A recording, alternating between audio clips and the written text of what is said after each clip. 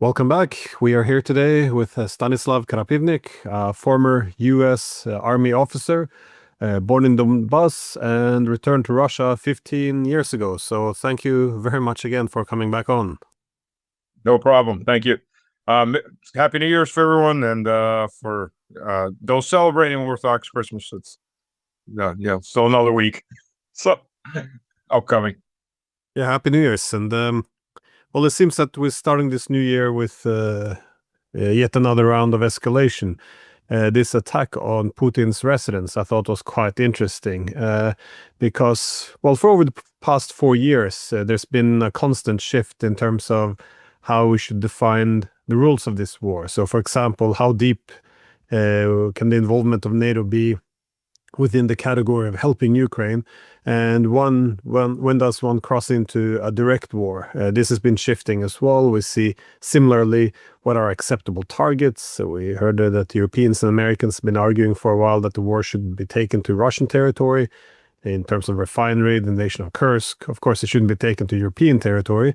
But importantly, the political leaderships seems to have been largely exempted from this war, and it seems to me that Russia has had some opportunities to take out Zelensky or other parts of the Ukrainian government, but has kind of put this outside what would be considered acceptable targets. So I was wondering, though, how do you see this changing the nature of the war for Russia, but also the diplomatic path?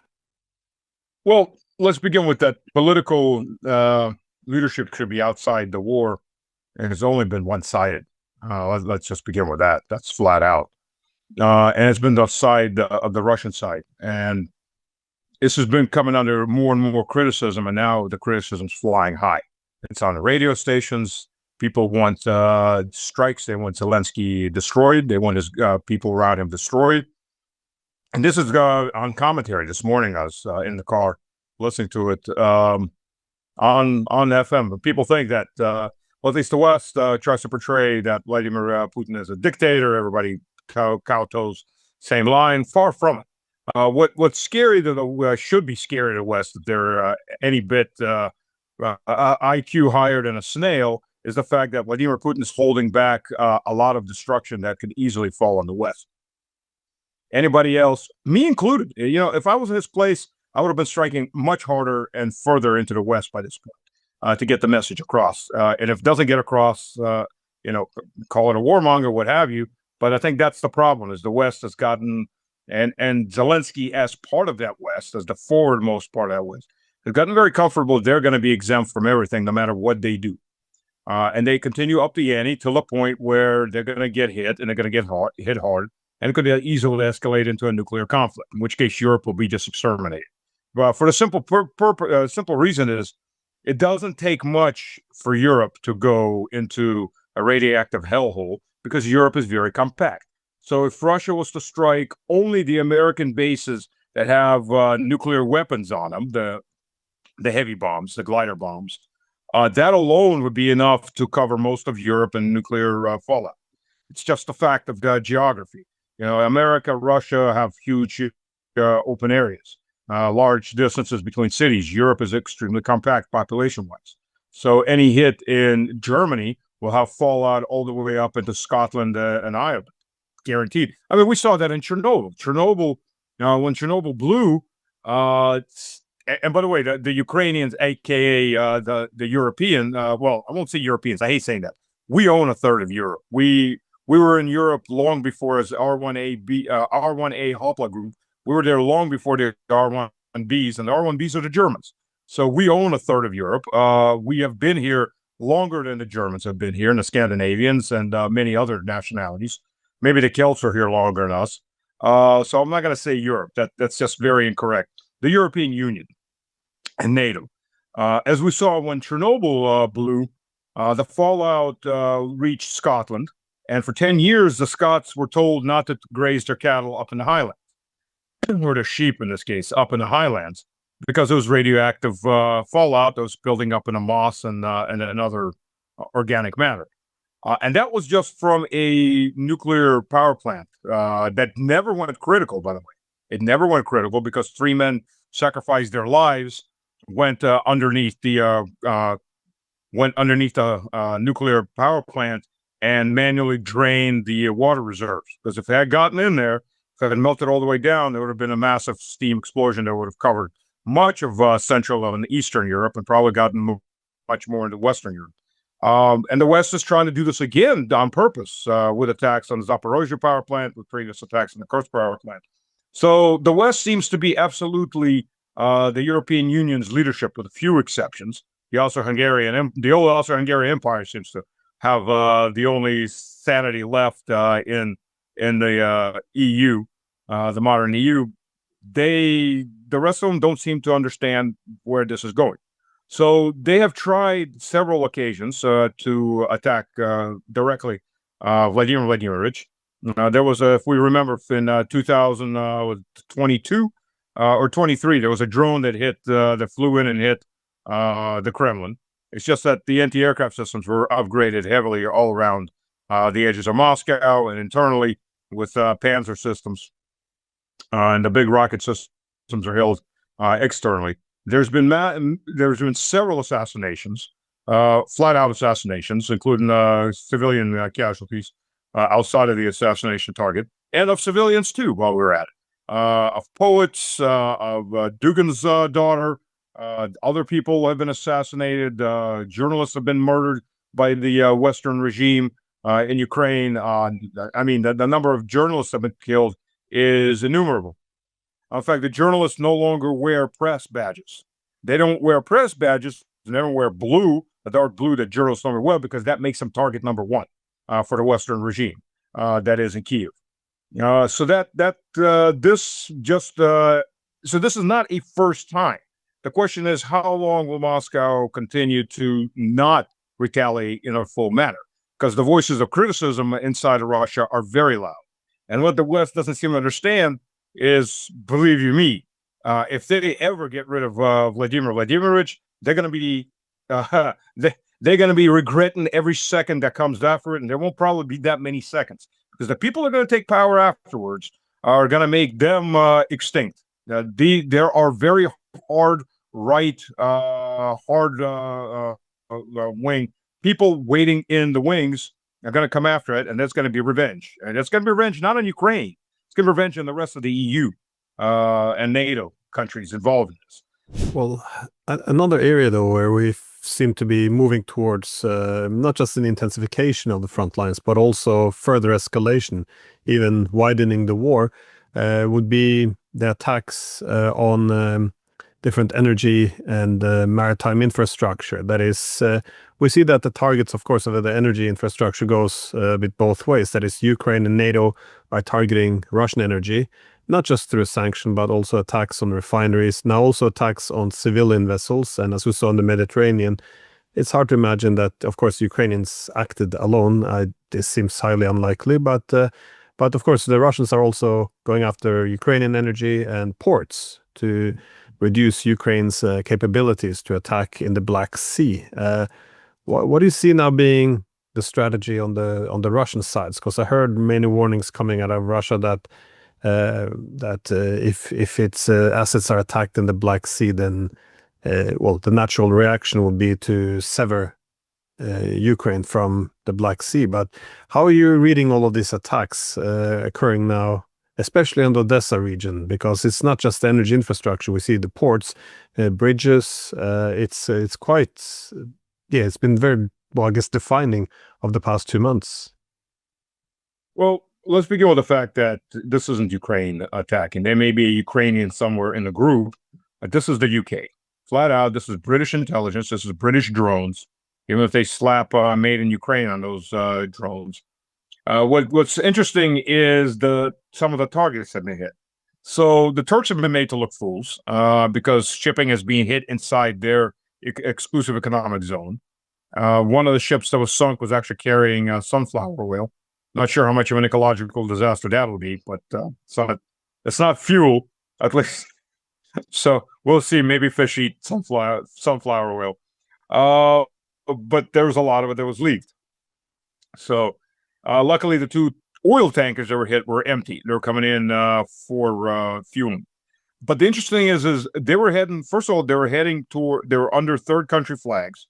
They were heading toward Novorossiysk, and the damage in Novorossiysk is interesting even more because this wasn't Russian facilities that were hit. This was the Caspian Transit Consortium that was hit. Earlier this year in the summer, their offices were hit by Ukrainian drones. Another port facility of theirs was hit. And this time, their loading facility was hit and destroyed. It's no longer it's not capable of being fixed. And who owns the CTC?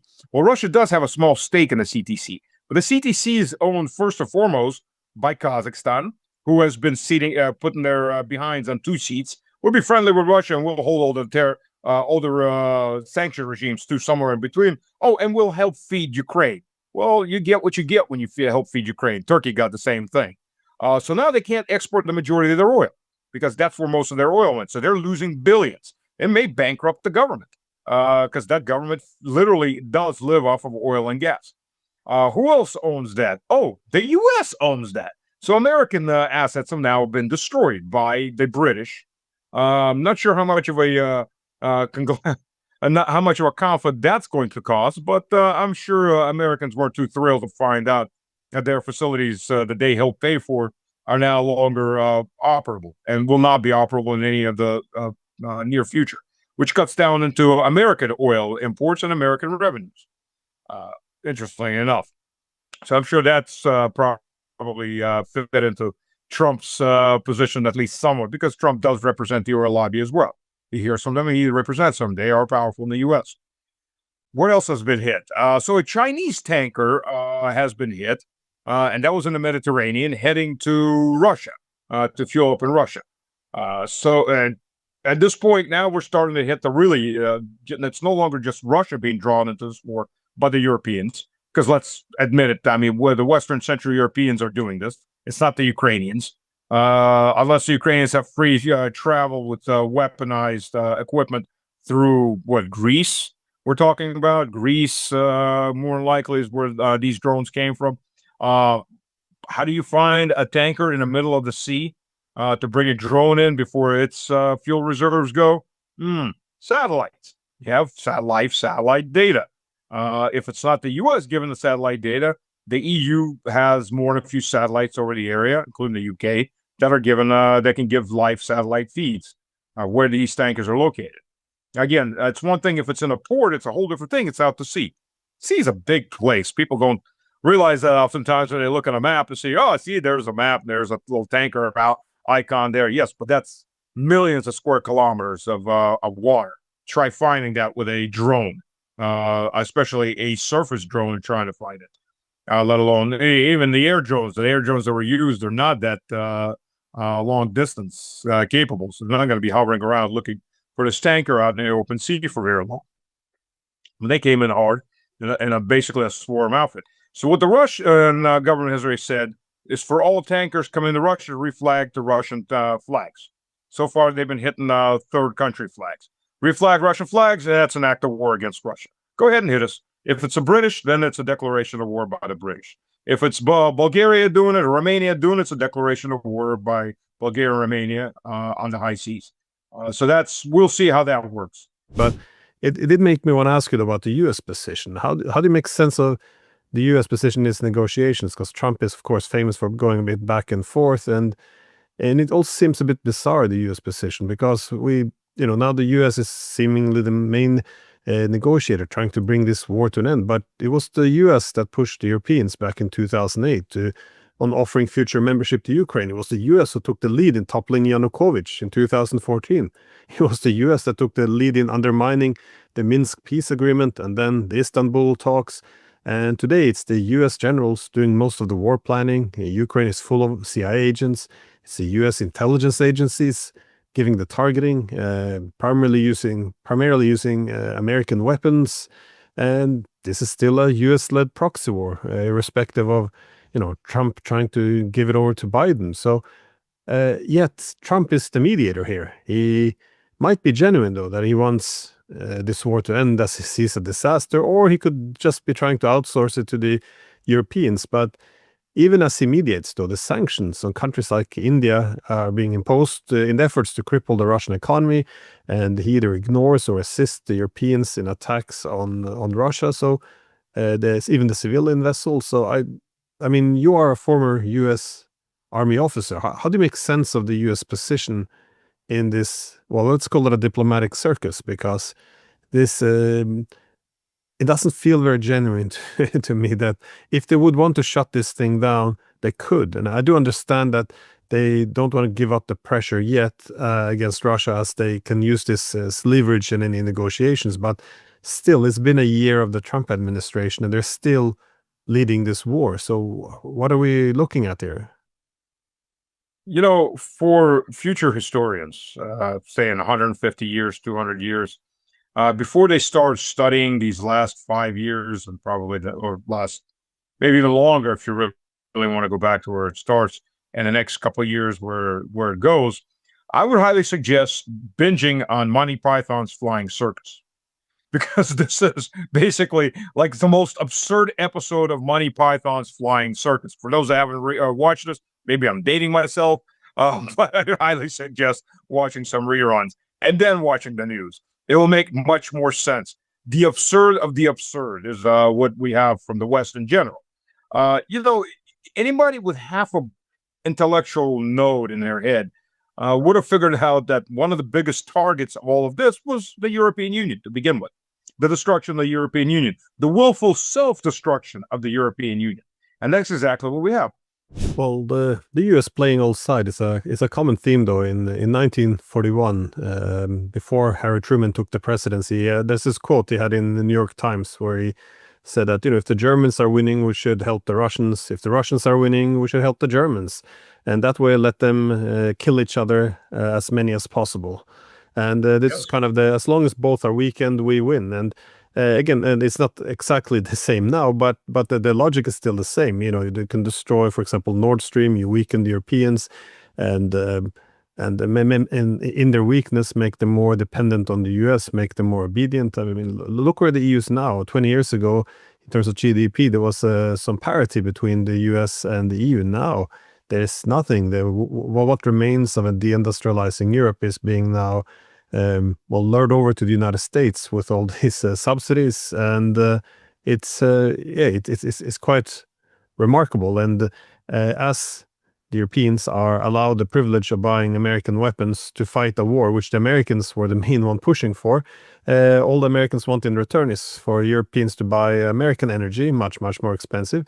And what remains of money should be invested in the United States, as per a deal the EU had to sign with Trump on his golf course, given that the EU didn't have any leverage. So there is, and again, this hardly falls under a conspiracy theory when Trump himself comes out and says the EU is worse than China, and he hates nothing more than China, seemingly, so that would be the European. So it is quite remarkable, but it does beg the question, what do you think is how do you interpret the European position? Because this is a very strange thing for me, because the Europeans, again, they're the one, as said before, resisted the US push towards this disaster in 2008 when they warned Bush that don't offer membership to Ukraine. First of all, there's only 20% of them who want it, and it's going to be war. Angela Merkel said this. This will be interpreted by Moscow as a declaration of war. And the predictable thing happened. It blew up in our faces. We have a war. We're losing that war. The U.S. is really sees what's written on the wall, so they're backing out. Not completely, obviously, but handing over responsibility to the Europeans and try to make some money of it as they outsource it. It's just, and there's no course correction. It's quite shocking. And I always feel like I should make some excuses for the EU, but after what they did to Colonel Jacques Beau of the Swiss Army, if you read his books, watched his interviews, he just relies on Western sources to give the best analysis, which was his job as a colonel. He did the intelligence analysis, and then, based on interpreting reality as it is, advocates for the best policies.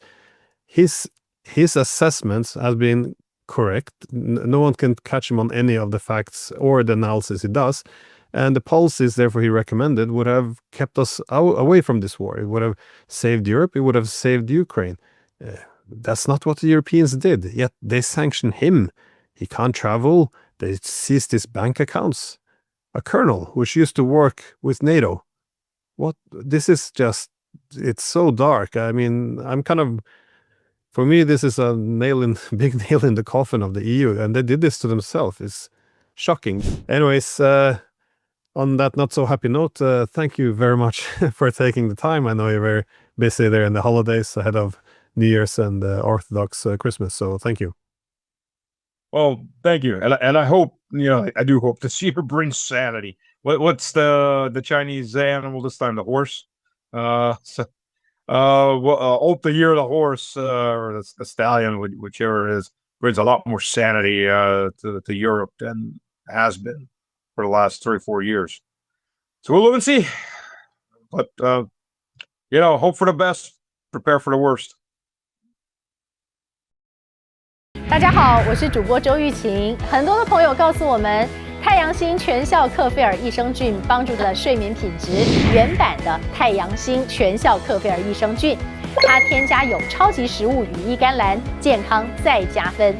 而有睡眠困扰的朋友们，赶快选择蓝色包装这一款晚安加强版，绝对是更有感。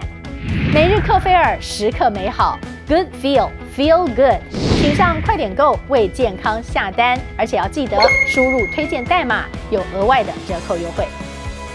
太阳星全效克菲尔益生菌基础版、晚安加强版，新包装改版，内容不变，抽取更方便。要吃就吃最好的。